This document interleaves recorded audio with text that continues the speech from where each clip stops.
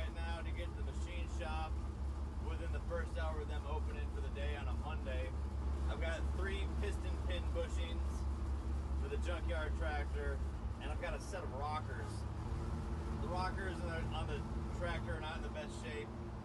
Unfortunately, I'm in Austin again, and the tractor's in Wisconsin still.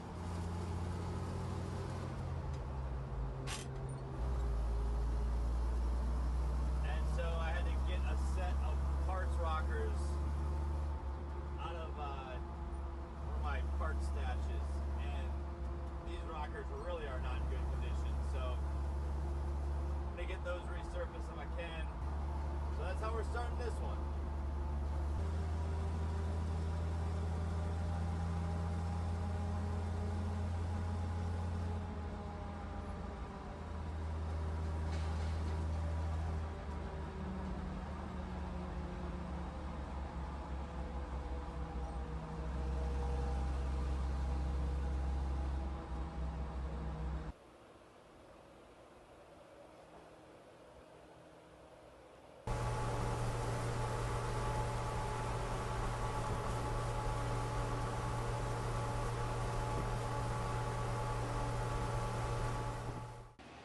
All right, so we're back in the garage.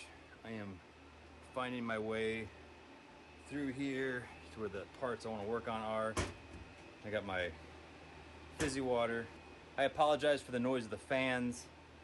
It's better than me turn on the AC in here because that's really loud. It messes up the audio in my videos, it turns out. So anyway, back in the garage, and to this point in the project, I have focused entirely on problems inside the motor. That's understandable because low compression and a cracked head take precedence over everything else. If you're working on something else and you're facing those problems, it's just Band-Aids and window dressing. However, since I am waiting on those, they're both out of my hands because I'm waiting on machine work, I'm going to take this opportunity to address some linkage issues that have bothered me for a long time, and I finally have a chance to fix them. So let's take a look at it. First things first is the Heisler shift linkage. Now I am elated that the 1951 Farmall M with the Heisler 9-speed has the original shift linkage. However, I am unelated, that's a word, unelated on how sloppy and loose this thing dangles on the bracket. How did this happen? Well, let's take a look. It's pretty clear what the problem is. The dang thing's wallered out. I mean, that is so sloppy. I mean, it's just, yeah, it's terrible. You can see it just all around there. This thing did not even have a washer on the cotter pin. So there are no replaceable wearing surfaces on this. There is no sleeve or bushing. It's just this casting rubbing on this casting. Now, I believe these are both cast steel, just by the heft of them and the fact that this thing, you can see how it's just pushing out material right here on the end. Cast iron usually just wears down. It doesn't push material out. And I've hit this and this with the digital caliper, and it appears that this was most likely originally just a 3/4 inch shaft. However, since it's cast onto there, it's pretty tough to true that up. The good news is this bore seems to have taken most of the brunt of the wear. How am I going to fix this? Well, oilite bronze bushing, and I do have some thrust washers that will actually fit like just right in there. So that's cool. It looks like I'm going to have to shave down this side of it a little bit so I can clearance it to get all those bushings in there. But if I don't do that, it's just going to be wearing on itself and on the lever more. And this is actually worn kind of uneven, so I don't feel too bad about it. My goal is to get this thing nice and tight and upright, just not wobbling side to side. So that's one thing. Now the next thing is something that bothers me to no end, and I've never seen anyone address it. But let's tackle a related topic and work our way into it. One of the biggest issues with older Farmalls that you see people confused about are the governors. A governor on an H and an M will confuse, confound, and mystify people who aren't used to working on this stuff, and they're trying to get an unruly Farmall to behave. Now, beyond just people getting in these governors and trying to adjust stuff that they don't understand, a lot of these tractors have spent hundreds of hours idling. And so what forms in the governor on the shafts is what I call idle notches or grooves. And you'll notice this in tractors that, let's say you have it at idle and you try to throttle it up and you get very little to no response, and then it just jumps up several hundred RPMs.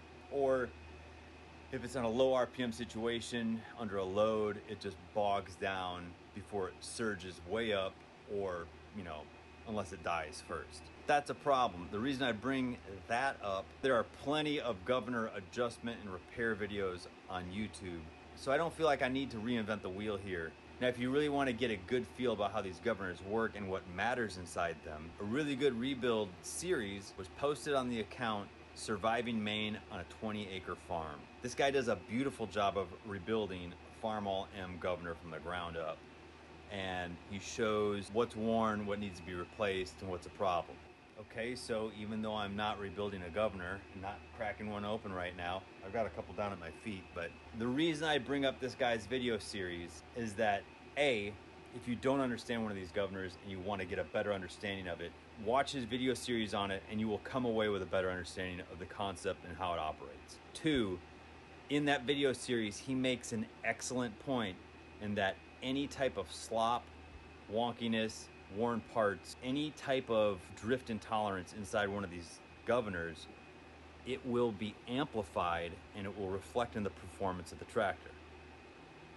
So that brings me to the point that with my tractors, besides just torque and horsepower, I really like them to run well.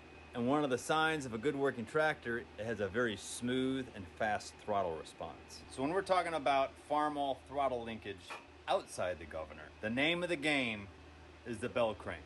Now the bell crank sits on top of the head on the left side as you're sitting on the tractor. And I have never seen one of these that didn't have the lean.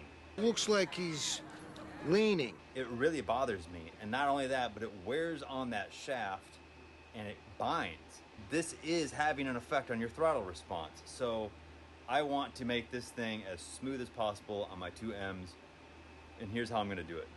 All right, so these are 2 bell cranks and brackets off of Farmall M's. I grabbed these out of the junkyard when I was pulling the heads that I dropped off the other day at the machine shop, and I just figured I'd play with these, and if I figure out how I want them to be, then I will bolt them on as replacements to the ones that are on my tractors already, because I know the one on my 41 is just garbage. It is so worn out, and the one on the 51 is not far behind, and neither of these are really too far behind of those. This is going to be hard to illustrate these with one hand holding the camera, but I don't know how much more you need than that. Look at this. All right, now one thing you can see already is that washer looks like a shim. It's not even that thick, so it really has barely any mechanical support, and so it just starts wearing and leaning into that cotter pin in the washer. This one, it's got a better washer, but it's still doing it. So let's pull these cotter pins and see what we're dealing with. All right, cotter pins pulled.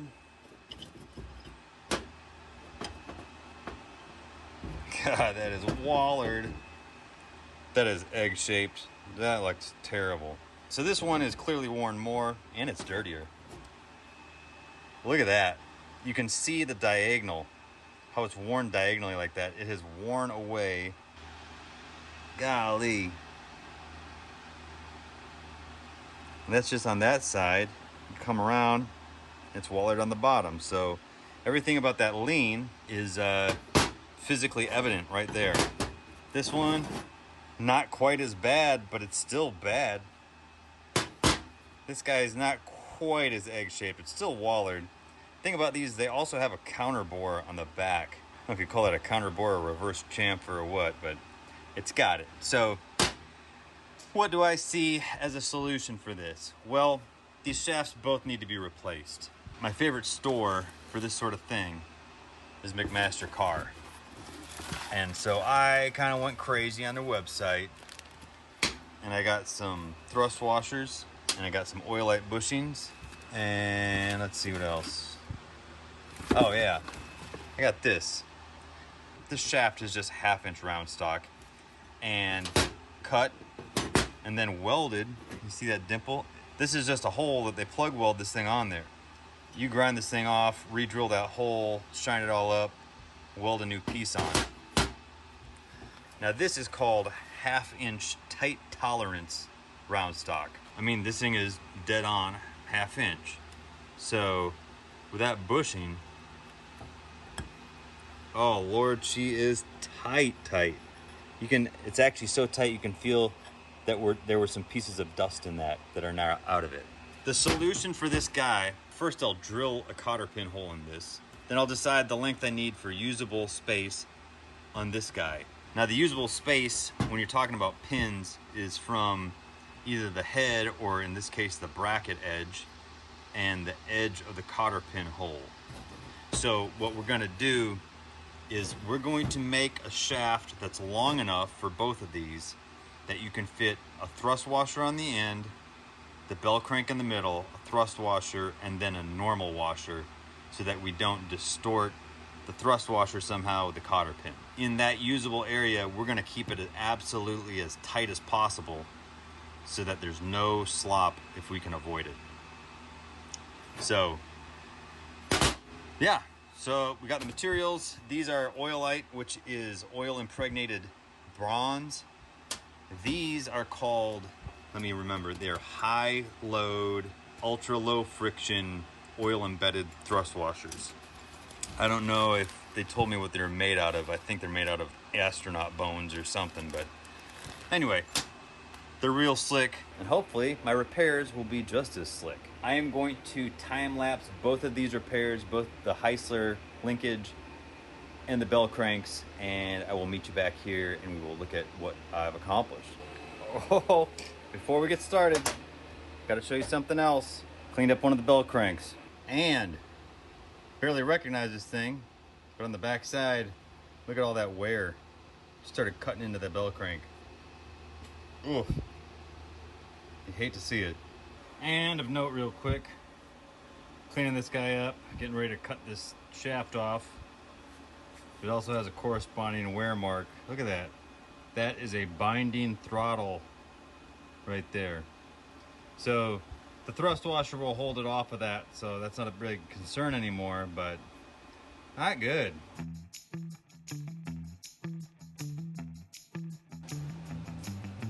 All right.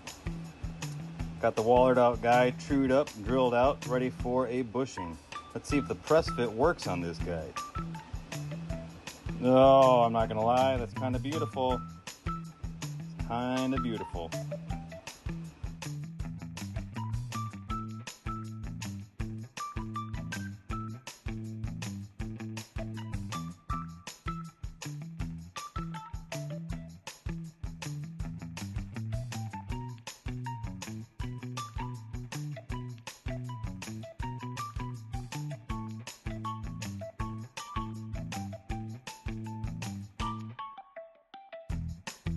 All right, we went from this to this. Still got a problem that I'm dealing with on this.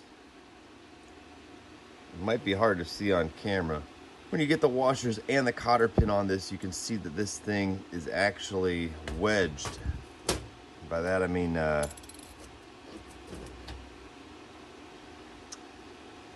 bell crank is thinner at the bottom, it's wider at the top, so I'm gonna have to shave down this just a little bit so that it will run smoothly through this. Otherwise, once you get it, you can't really get it tight anywhere because it's either going to be loose on one end or it's going to bind on the other. So I'm going to get that all cleared up real quick, and then we'll try this again.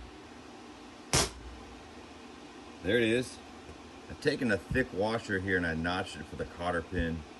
It's pretty good all the way through. It's nice and tight. It's really smooth. There's one spot like right about here where it kind of binds a little bit. but I'm gonna wait until I get it on the tractor to see if that's actually gonna affect anything. I could have taken it out the backside here, grinding, but the problem is really, you've got this guy here and the wear mark there that I was talking about. When they line up, it gets loose. When they get further away, it kind of tightens up. So we'll see. It might not even affect anything, but I have a feeling that it will, because I'm trying to get this thing not to bind, and that kind of feels a little bit like, it's not binding, but it is friction.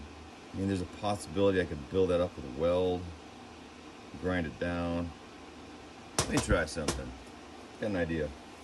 Okay, much better. I actually shaved the back just to equalize it a little bit with that wear, and now she is, now there's no flop to the side, and it's nice and loosey-goosey here. So I consider that worth putting back on the tractor and trying it out.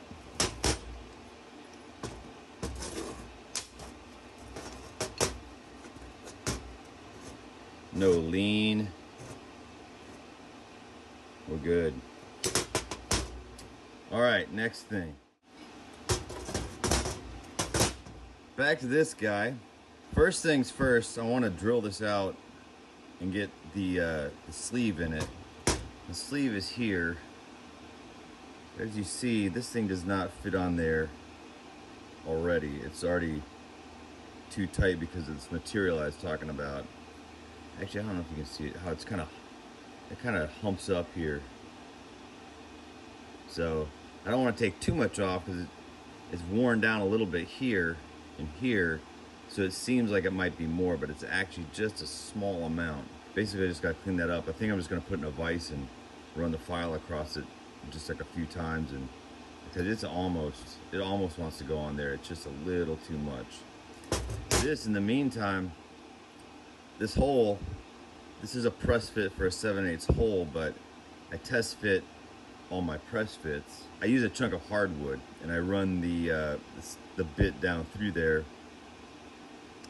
and this should be a press fit for drilling a 7/8 hole, but when I did that, it was kind of loose in there, and the last thing I want is to try to drill this piece, which is super hard to find, drill that out and then stuff this in there and it's loose. So what I did was I ordered just a very slightly smaller drill bit, which worked out to be this Japanese 22 millimeter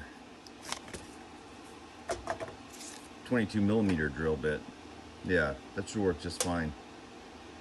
Anyway, I'm going to test fit the press fit with this one, and then if it works out, I'll just run it through this. That's all right. Could be worse. Could be better. Could be worse. I think it always looks good when there's a bushing in there. All right. I'm going to file this a little bit and get her to fit and see where we're at. All right, so I've got some good news. I've got some bad news. The good news is bushing's in there. It's on the shaft. It's tighter. It's better. There's less slop, but there still is some slop. That's the bad news. The bad news is I can't go any further with this repair. And actually, the reason for that is partially because of a comment in the live chat on the last video, was that somebody asked me if I would take this and get it cast so that somebody else who was looking for the original linkage could have some, or at least a reproduction. And I absolutely would do that.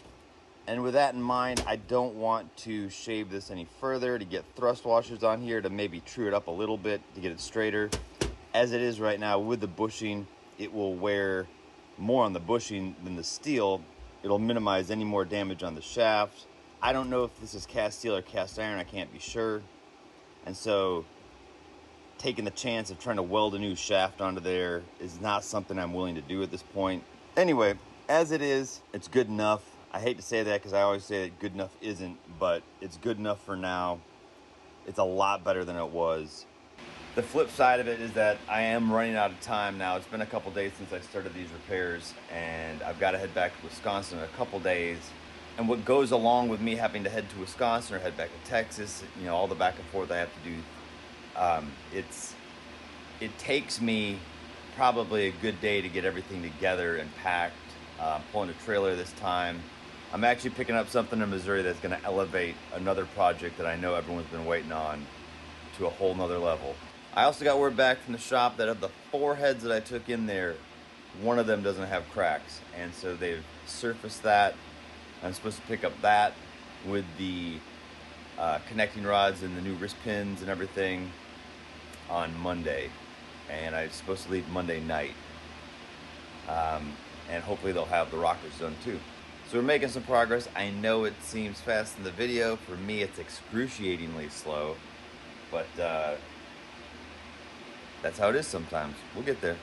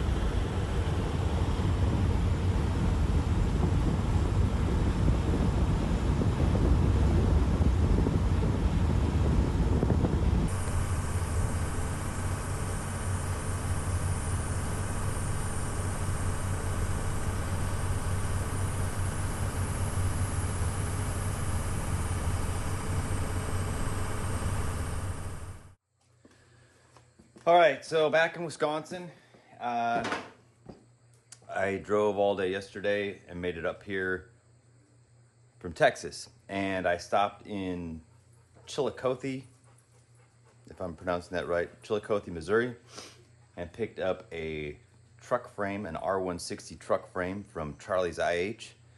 And so the next video will be about the wrecker. But getting through this tractor here, I've hit a few snags, one of which is, well, the good news. First, the good news is that machine shop found of all the heads that I dropped off, one head, no cracks. So they surfaced it for me, and then when I was going to go pick it up, they told me the valves were bad. So I was like, well, I'm out of time, so I'm going to just try to lap them. So we're going to try to lap these valves, and then they apparently don't have the piston wrist pin reaming capabilities at the shop. They farm it out to somebody local. And they also, same guy does the rocker arms resurfacing. And this guy's a clown. And never using this, doing it through them again. Like, I want to find my own machine to do it with because this is awful. But anyway, the pistons, wrist pins aren't, I mean, this is a guy that also messed up the wrist pin bushings, so I had to order more of those. And so here we are. So the wrist pins aren't quite as tight as I'd like. So, I mean, I hate doing something like this. Well, first off, I hate paying somebody to do something and they don't do it correctly, you know, obviously. But the other thing is that I hate putting together a motor where I don't just feel confident in it and in what I'm putting into it. So, because I hate, you know, running a motor around and being like, what's it sound? What's it sound? But the worst part about it is that I'm kind of up against the wall because I got to get this tractor running. I got to get it to, you know, drive around on its own. I can't just keep pulling it around the property. So I have to put it together today. I'll show you the rockers. I think I'm going to put the old rockers into it because they're not good, but they're not uneven or whatever. I think I'm just going to throw these rockers that this guy did in the trash. I'm going to be in the junkyard this week and next week, so maybe I can find some decent rockers. We'll get into the pistons and the rockers and all that stuff when we get there. Right now I'm just getting the block ready. And the block needs to be cleaned, but also needs the sleeves pulled. So I'm going to pull the sleeves, but I have to clean up the block. So here's the block. All right, well, scrubbed quite a bit. Scrubbed all these block studs out. Even broke that one. Almost got it drilled out. Even scrubbed so hard that I scrubbed out 3 of the sleeves. I left this one because I wanted to show you something. I got a sleeve puller off eBay, and it's awesome. And it's made exactly for this tractor. It came with all this stuff. I think it came with 2 of these 3/4 inch nuts.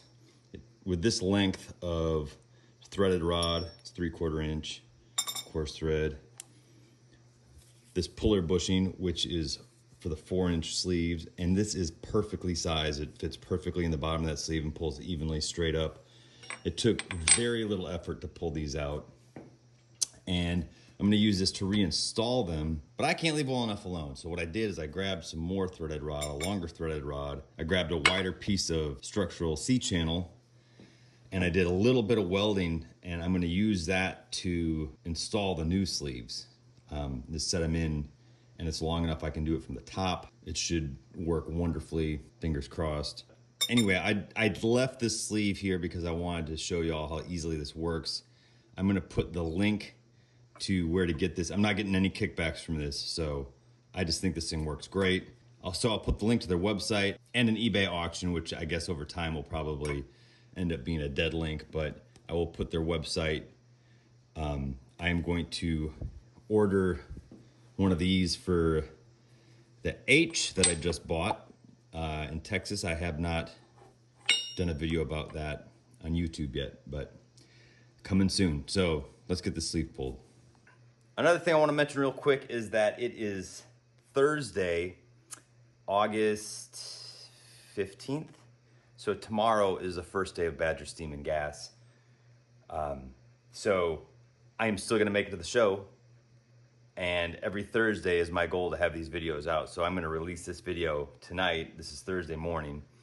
And what I need to do is get as much done on this as I can.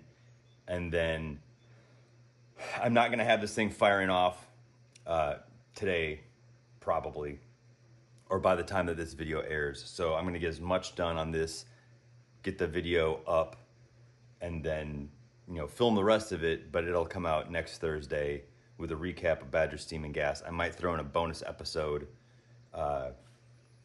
within the next week just because I'm doing so many projects right now. So basically I'm saying all of this to tell you that most of what I'm going to do now is going to be time-lapse, just so I don't have to sit here and stop and talk through everything I'm doing. There's plenty of Farmall rebuild videos on YouTube, and plus I have to rebuild the H that I just hinted at. So that will be another Farmall rebuild video. It's the same process, it's just a little bit smaller. So, all right, let's get the sleeve pulled, and then I'm going to time-lapse the rest of it. All right, so how this works is the threaded rod comes up through here. This goes across. Obviously, you have to space it up from the sleeve, or else it's just going to be pulling the sleeve into itself, and it's not going to go anywhere. I've seen people use steel blocks on the sides for spacers, which is totally cool, but I like to use wood, and I happen to have a bunch of this oak left over from milling the flatbed for the army truck. The thing I like about wood is that you really have to try to mar the top of the block with wood, whereas metal, it's easier to do that. One thing I've done to, I guess, slightly improve this system is that I've put a few tack welds on the bottom nut so that it's not spinning as much. It still will want to spin, and I'm using the puck, I should say the bushing, for also installing them, so I don't want to weld on the bushing at this point, because I'm trying to figure out a system to make it not spin. The thing is, you can see on this, it's a little scuff there because I've been having to put like a vice grips to lightly grip this to keep this from spinning. So that's the only thing that I have a problem with this thing. I mean, it's not a problem, it's just the nature of the beast. It's threaded rod and not a bolt. So now it's kind of a bolt on this end. So, but that doesn't mean it won't spin in the bushing. So let's get the bushing on there.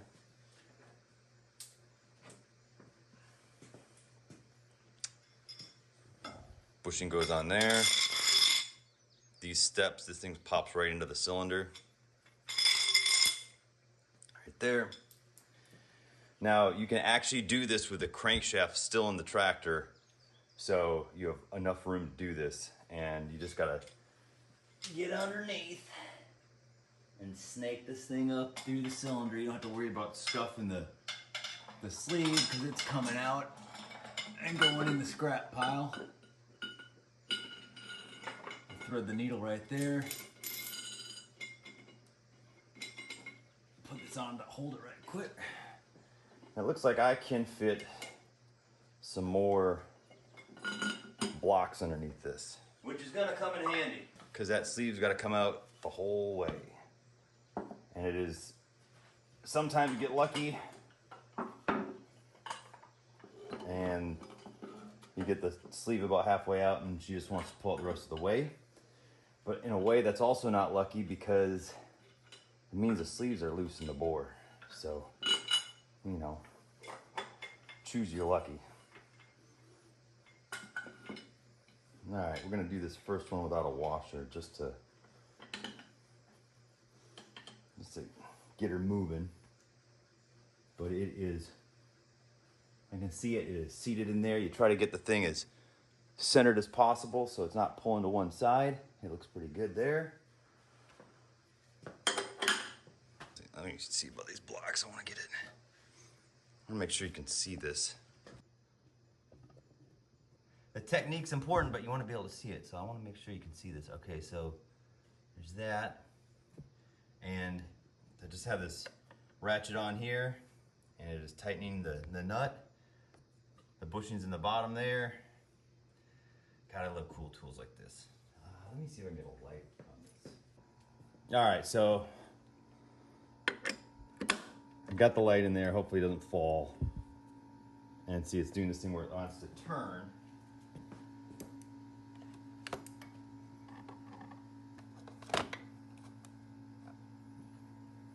All right, so I got a bunch of stuff rigged up on this thing. This is Milwaukee light. Here, zoom out a little bit here. Got the Milwaukee light, all this stuff. Got the vice grips on there so this threaded rod won't turn, because you want that to stay steady. Obviously, it just pulls up so the nut is pulling it up. So if that thing turns, you're not going anywhere. So I got her all set up. The light's kind of jankily. Let me adjust this thing. The light's kind of jankily set up there. Zoom it out just a hair so you can see the socket turning in relation to it. So here we go.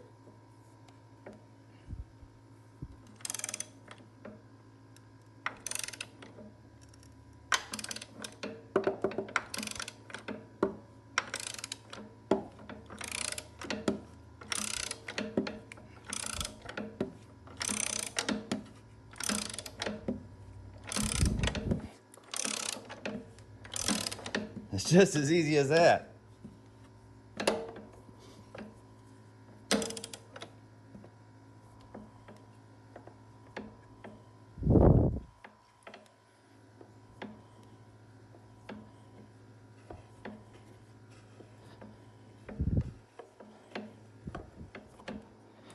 I had to move it before it hits that block. Take a little pressure off it. Move that block a little bit. Back up.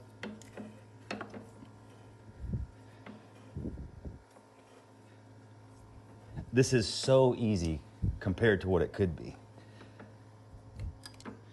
So now it gets to a point where the inside of the threaded rod is pushing up on the socket. So I have to readjust, put more blocks in basically.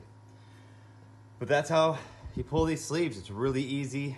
This kit is awesome. I will definitely be ordering the bushing for the H sleeves when I get to that point, when I get back to Texas, because I have to rebuild that motor. I can't wait to show you all that tractor too. Oh, it feels like this is turning into a tractor channel, which it isn't, but it's just an international harvester. So I'm going to yank this the rest of the way out. It's basically just, I loosen this nut and I keep stacking blocks on top until this thing pulls out all the way. So get all this stuff out of the way.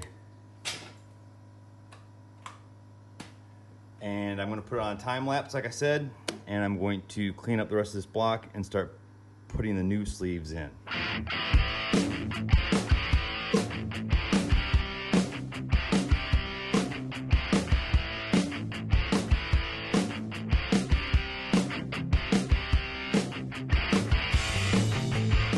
Well, all right, that was a quick time lapse.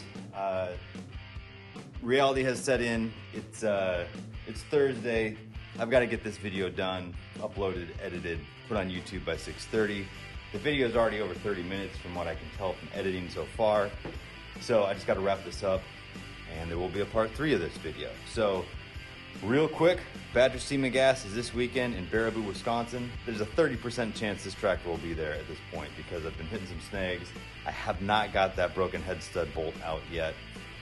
I've got it drilled out, but it's the extractor's just not grabbing it. So that's a problem. I'm gonna have to deal with that. All the sleeves are out. The block can be finally completely cleaned, and then new sleeves installed. I still got to lap the valves. We'll get into the pistons and the rockers. These rockers are so bad. I'll show you the rockers in the next video. But all in all, things are going well. It's just a lot of work, and I have a lot of other stuff going on in the peripheral. So I've got to drive to Madison tonight and pick up Jess. She will be at the show with me tomorrow and Saturday. So the tractors will be at the show starting Friday morning, and I will be taking the M5H6 with a flatbed just put on it. That will be at the show on Saturday only. So if you're going to the show, look for me there. Like I said, I'll be wearing this hat. And in case you're watching this years from now, I'm talking about Badger Semen Gas in Baraboo, Wisconsin, August 16th to the 18th, 2024. So if you're watching this in like 2031, it's not this weekend. So thank you so much for watching. I got to take this in and edit it. Like and subscribe if you don't mind. That really helps me out. And I will see you in the next video.